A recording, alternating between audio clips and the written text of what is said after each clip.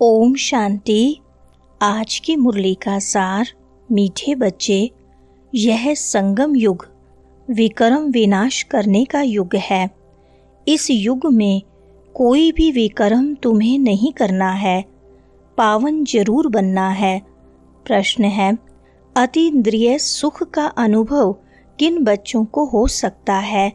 उत्तर है, जो अविनाशी ज्ञान रत्नों से भरपूर हैं, उन्हें ही अतीन्द्रिय सुख का अनुभव हो सकता है।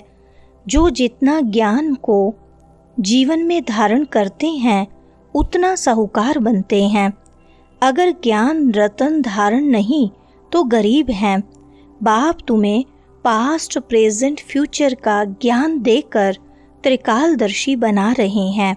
सुनते हैं मुख्य पॉइंट्स। पहली पॉइंट, बाप राजयोग सिखा रहे हैं, फिर सतयुग में राज्य पाएंगे। अभी है संगम युग। यह बात तुम बच्चों के सिवाय कोई भी नहीं जानते। तुम प्रैक्टिकल में राजयोग सीख रहे हो। यह है अति सहज। जो भी छोटे अथवा बड़े बच्चे हैं, सबको एक मुख्य बात जरूर समझानी है कि बाप को याद करो तो विकर्म विनाश होंगे। जबकि विकर्म विनाश होने का समय है, तो ऐसा कौन होगा जो फिर विकर्म करेगा? परंतु माया विकर्म करा देती है। समझते हैं चमाट लग गई, हमसे यह कड़ी भूल हो गई। दूसरी पॉइंट, हेवनली गॉड फादर अक्षर बड़ा क्लियर है, हेवन स्थापन करने वाला। सतयुग में सब पवित्र थे। यह भारत ही पावन था। गाते भी हैं वाइसलेस वर्ल्ड और विशेष वर्ल्ड। पतित ही बुलाते हैं, आकर पावन बनाओ। बाप भी फिर ड्रामा प्लान अनुसार आते हैं। जरा भी फर्क नहीं पड़ सकता। जो पास्ट हुआ है सो प्रेजेंट हो रहा है। पास्ट, प्रेजेंट, फ्यूचर को जानना, उनको ही त्रिकालदर्शी कहा जाता है। तीसरी पॉइंट, तुम यहाँ अविनाशी ज्ञान धन से बहुत बहुत साहूकार बन रहे हो। जितनी जिसकी धारणा है वह बहुत साहूकार बन रहे हैं, परंतु नई दुनिया के लिए। तुम जानते हो हम जो कुछ करते हैं सो फॉर फ्यूचर, नई दुनिया के लिए। बाप आए ही हैं नई दुनिया की स्थापना करने, पुरानी दुनिया का विनाश करने। हूबहू कल्प पहले मिसल ही होगा। तुम बच्चे भी देखेंगे, नेचुरल कैलेमिटीज भी होनी है। भारत में कितनी अर्थक्वेक होगी। हम तो कहते हैं यह तो होना ही है, कल्प पहले भी हुआ है। तब तो कहते हैं सोनी द्वारिका नीचे चली गई है। चौथी पॉइंट, बच्चों को यह अच्छी रीति बुद्धि में बिठाना चाहिए कि हमने 5000 वर्ष पहले भी यह नॉलेज ली थी। इसमें जरा भी फर्क नहीं। बाबा 5000 वर्ष पहले भी हमने आपसे वर्षा लिया था।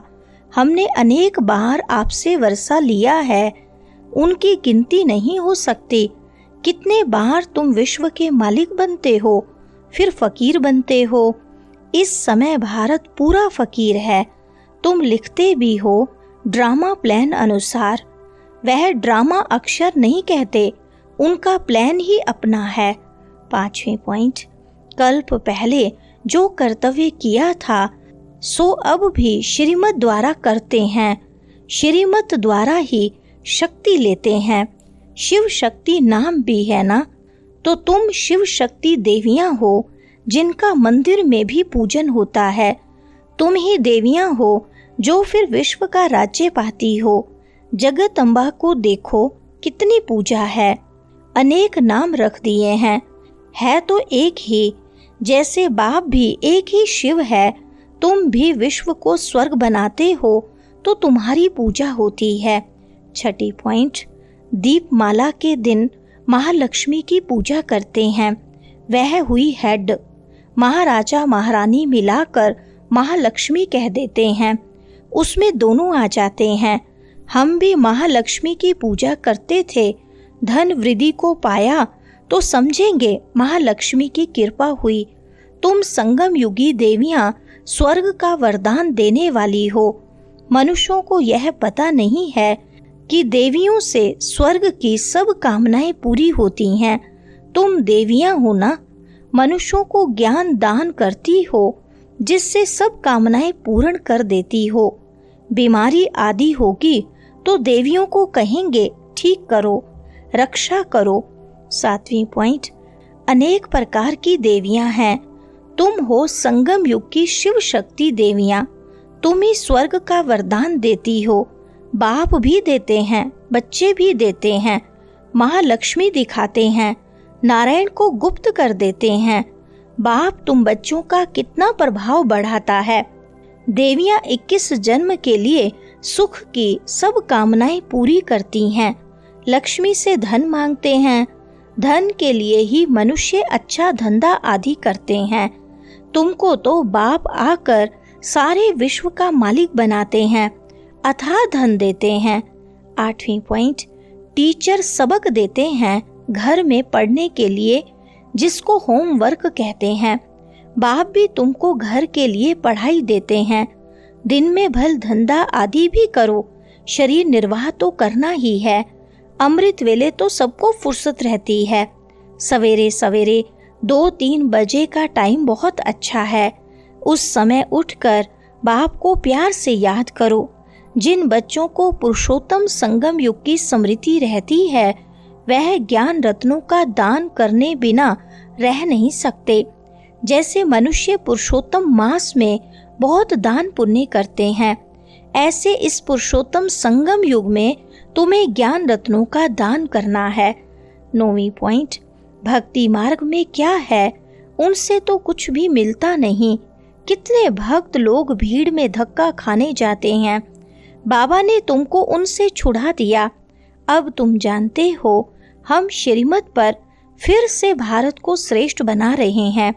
श्रीमत से ही श्रेष्ठ बनते हैं। श्रीमत संगम पर ही मिलती है।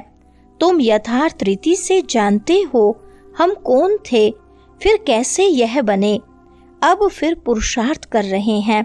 पुरुषार्थ करते करते बच्चे अगर कभी फेल हो पड़े तो बाप को समाचार दो। बाप सावधानी देंगे फिर से खड़े होने की। 10वीं पॉइंट, अच्छा मुरली नहीं मिलती है, बाप को याद करो। बाप को भूलना यह तो बड़ी भूल है। देहाभिमान में आने से ही भूलते हो। शरीर निर्वाह अर्थ धंधा आदि भल 8 घंटा करो, बाकी 8 घंटा याद में रहने के लिए पुरुषार्थ करना है। वह अवस्था जल्दी नहीं होगी। अंत में जब ये अवस्था होगी तब विनाश होगा। कर्मातीत अवस्था हुई तो फिर यह शरीर ठहर नहीं सकेगा, छूट जाएगा, क्योंकि आत्मा पवित्र बन गई ना। जब नंबरवार कर्मातीत अवस्था हो जाएगी तब लड़ाई शुरू होगी, तब तक रिहर्सल होती रहेगी। वरदान है, अखंड योग की विधि द्वारा अखंड पूज्य बनने वाली श्रेष्ठ महान आत्मा भव। विस्तार है, आजकल जो महान आत्माएं कहलाती हैं उनके नाम अखंडानंद आदि रखते हैं, लेकिन सब में अखंड स्वरूप तो आप हो। आनंद में भी अखंड, सुख में भी अखंड। सिर्फ संग दोष में न आओ। दूसरों के अवगुण को देखते सुनते डोंट केयर करो, तो इस विशेषता से अखंड योगी बन जाएंगे। जो अखंड योगी हैं वही अखंड पूज्य बनते हैं। तो आप ऐसी महान आत्माएं हो जो आधा कल्प स्वयं पूज्य स्वरूप में रहती हो और आधा कल्प आपके जड़ चित्रों का पूजन होता है। स्लोगन है, दिव्य बुद्धि ही साइलेंस की शक्ति का आधार है। अच्छा, ओम शांति।